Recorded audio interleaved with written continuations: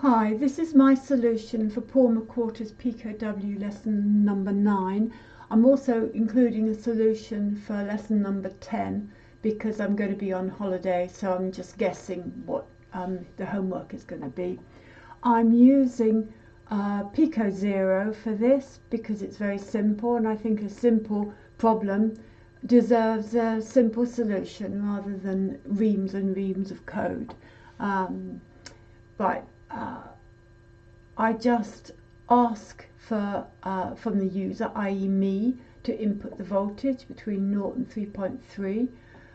The LED values go from 0 to 1, so I then divide by 3.3 to get it in the range 0 to 1, and if I put in something greater than 3.3 or less than 0, it just says invalid input, and then Control C goes back to turn it off and end the program. Right, we'll run this program.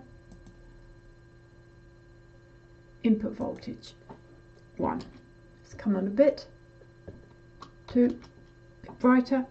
3, 3.3. 4, brightness. 4, invalid input. 0, off. 2 again. Yep, that's okay. And Control C turns it off. Right, the next program. Again, I'm using Pico 0, and first of all, I'm just calibrating the pot, so I'm turning right down to the bottom and adding a bit to make sure that the LED does go off, even though there's a bit of voltage or whatever going through the pot.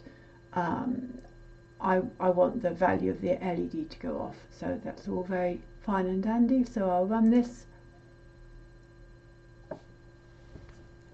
turn it fully to the left, and press enter.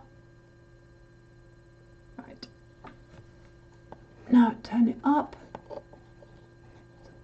It's on, it's on, it's on, it's on. It's getting brighter. That's full brightness. Turn it down, turn it down, turn it down, turn it down, turn it down, and it's off. Turn it up. Control C.